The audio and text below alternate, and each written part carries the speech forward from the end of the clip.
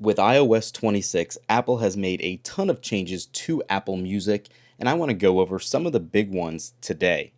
First things first, one of the main ones that was actually advertised and discussed is actually going to be Automix.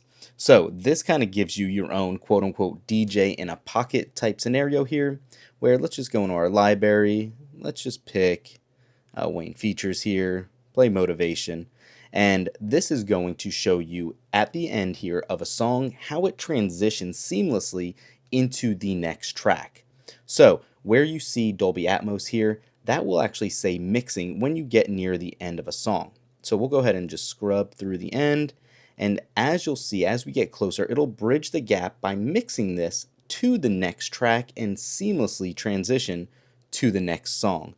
I think this is really cool and does make a huge difference. Listening to your music keeps you in the mood. There's no stop in between, no pause, and just flows so much better when listening to your music. I think that is one of the top offerings in this new build, and I'm actually super excited to see how it actually plays out and even evolves over time. One of the other things too is the new album artwork. It's really animated lock screen artwork. So if you have an eligible album, not everyone is currently working, but I know the new F1 album does work. So we're just going to go ahead and play one of the songs from that. And when you lock your screen, and I apologize, I know I can't play the music just to get copyrighted, but this is your traditional look. If you tap on the album artwork, it'll give you now a full screen kind of animated look, if you can see here with the clouds moving while you're listening to your music. I think this looks very cool. They've long offered more expansive album artwork. Some was animated, but it never did take up the full screen. So again, I just think this is a cool new addition that Apple has added here. Also, you can, I didn't mention this earlier, but you can turn off that auto mix feature if it's not something you want. I think a lot of people are going to actually like it, but if not, again, you can turn it off. It's not mandatory. You do also have the ability now to pin your music right to the top of your library. So say you go into an album right here, click on the three dots, you have that ability right there to pin a song. And when you do, it now shows up right at the top of your playlist library, and you can obviously unpin it if you so choose. As simple as that.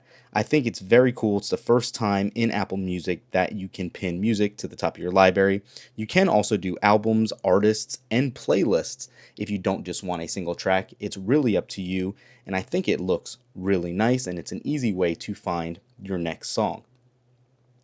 Next up here are new widgets for Apple Music. So if we go ahead and long press and hit edit and add widget and then search for music, you now have that same option here for pins. If you have pinned items, you can have these new list views right here as a shortcut widget for anything you want with your pinned music. The last one is obviously live radio. You can now actually pin this one. It's a larger look. The first two obviously correspond with whatever music you have pinned in your library, and this will give you quick access to the 6 live hosted radio stations for Apple Music. One of the other top ones that I think are really, really cool, let's go ahead and get off of this and go back into Apple Music. This has been requested. I've actually looked forward for this for a while. Finally, we have native Apple Music replay support.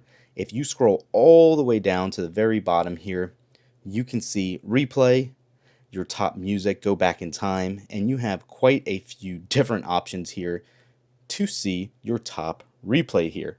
Apple Music Replay has always been in existence, but rather than being baked into the music app, you had to basically live entirely on the web. It was a shortcut to take you to see that. Last year, for the first time, you can open replay inside music, but it was still ultimately just a web viewer. This fully bakes it right in to the actual app itself. And then also you do have folder creation. The music app on the Mac long offered the ability to organize playlists. Now you can actually do it here on iOS and iPad OS as well. And then another really cool one that I think is very, very neat, especially if you listen to music in a different language and you're always wondering what the heck it's saying. You now have this little option here on the right to show pronunciation and translation if you want to know what's going on. So we have Despacito playing, and you can see, we'll just skip through, it's showing you exactly the lyrics and then the translation in English. Very neat, so easy to use and see. I'm a huge fan of this option being added right here in the app. So that's a quick one for you guys. Quick video just talking about some of the new Apple Music changes in iOS 26. Leave a comment down below. What do you think? Do you have a preference on these changes? Are you a fan? Are you hoping they add something different? Let us know. Thanks for watching. We'll catch you in the next one. Peace.